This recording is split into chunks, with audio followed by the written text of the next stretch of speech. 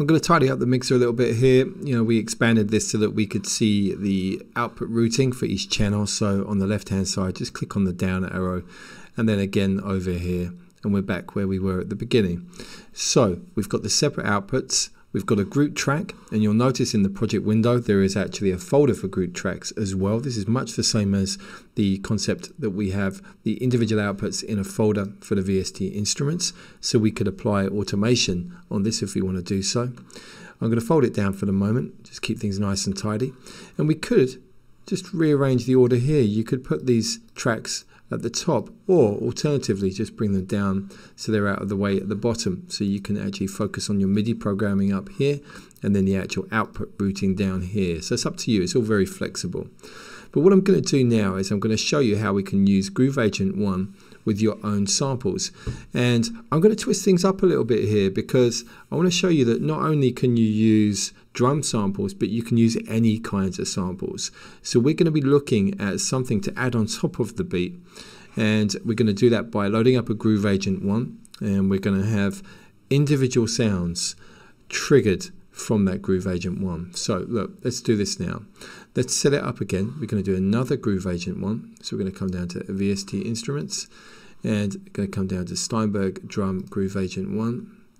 And this one is going to be for stab sounds. You know, stab sounds are short sounds that could be a chord, it could be a synth, it could be a string. You know, these are little stabs that are going to work on top of the beat. So over here, just going to say for the moment stabs, so we can differentiate between what's happening. So let's have a look. Samples. How do we get samples onto the Groove Agent 1? Well, it's really easy. You can drag and drop. But what we do is we use the media bay. And the media bay is a really handy area inside Cubase where it can gather together all of the samples that you might want to use and allow you to search your library for samples. We're going to have a separate video to cover the media bay, but just for the moment, let's go up to the media window and click on Media Bay. Now, inside my folder here, I've got a bunch of samples. So I'm going to click on these.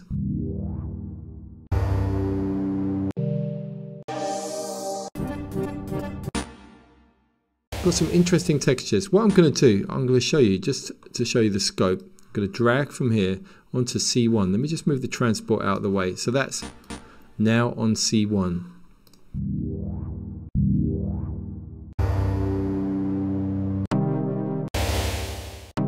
Let's drag this one onto C#1.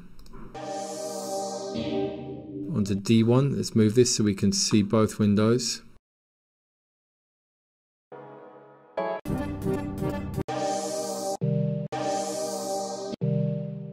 Okay, let's drag this onto D#1. So now we've got these available on the keyboard.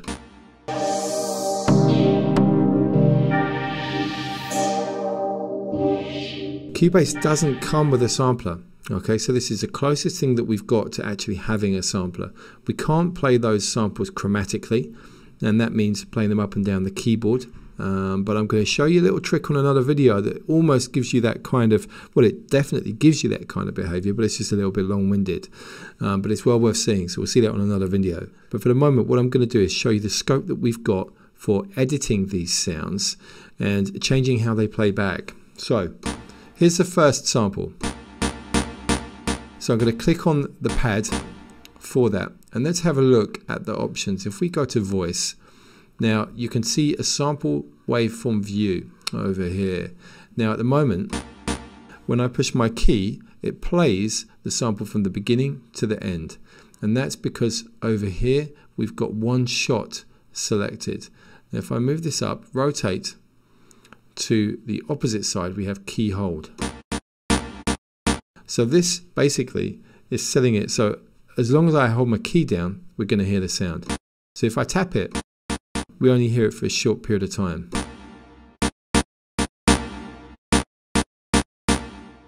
That's actually quite nice to be able to do that, you know, on top of a beat. Let me just have a little play around here.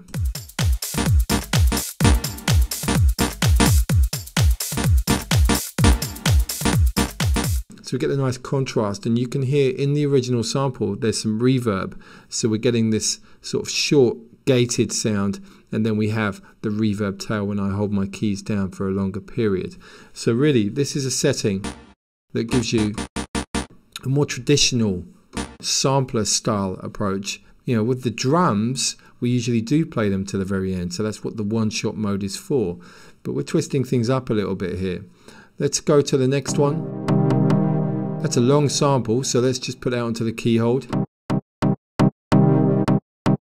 And let's do the same with D1, D sharp 1. There we go. And they will continue playing at the moment because their previous assignment was one shot.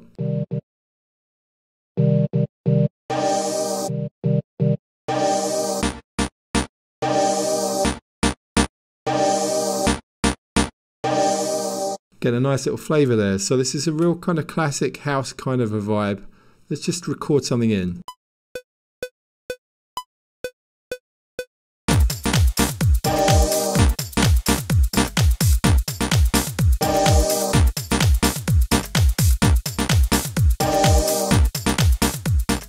So, what about this one here? Let's have a look at this. So at the moment, it's playing from the beginning to the end. If we're on the voice section, we can flip that round by going to mode and going to reverse. So previously it was forward. Now it's playing it backwards. I can pick up the start point here as well. So it doesn't take so long to come up to the loud volume. Let's see if that could fit in with what we've got already.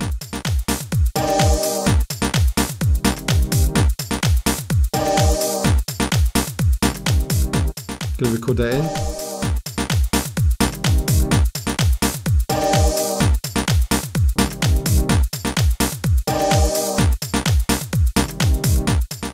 So you can start to see the versatility here.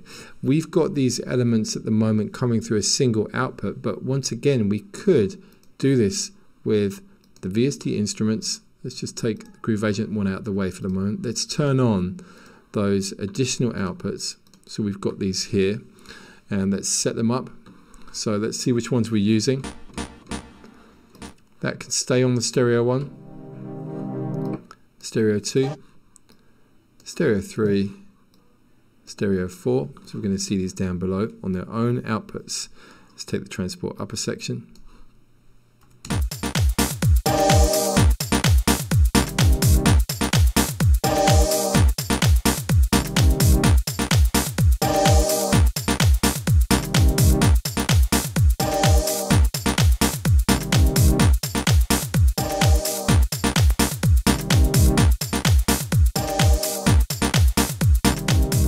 So let's label these: reverse, chord,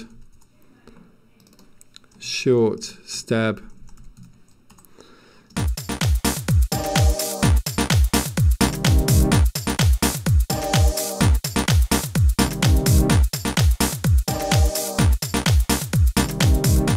So you can see there the benefits. We can set the separate outputs, set the volumes there. These are all triggered from the Groove Agent 1. We've got some additional parameters we can start playing around with here. And of course, it would make sense in the actual project window so that we can have some versatility for the arrangement if we were to right click on the selected MIDI part to come down, and we're going to go to MIDI, dissolve parts, click OK. There we go. We've got those elements all set up. So this one here, short stab. This one, longer stab. This is the reverse chord. Shift plus enter. It names the MIDI part based on the actual MIDI track.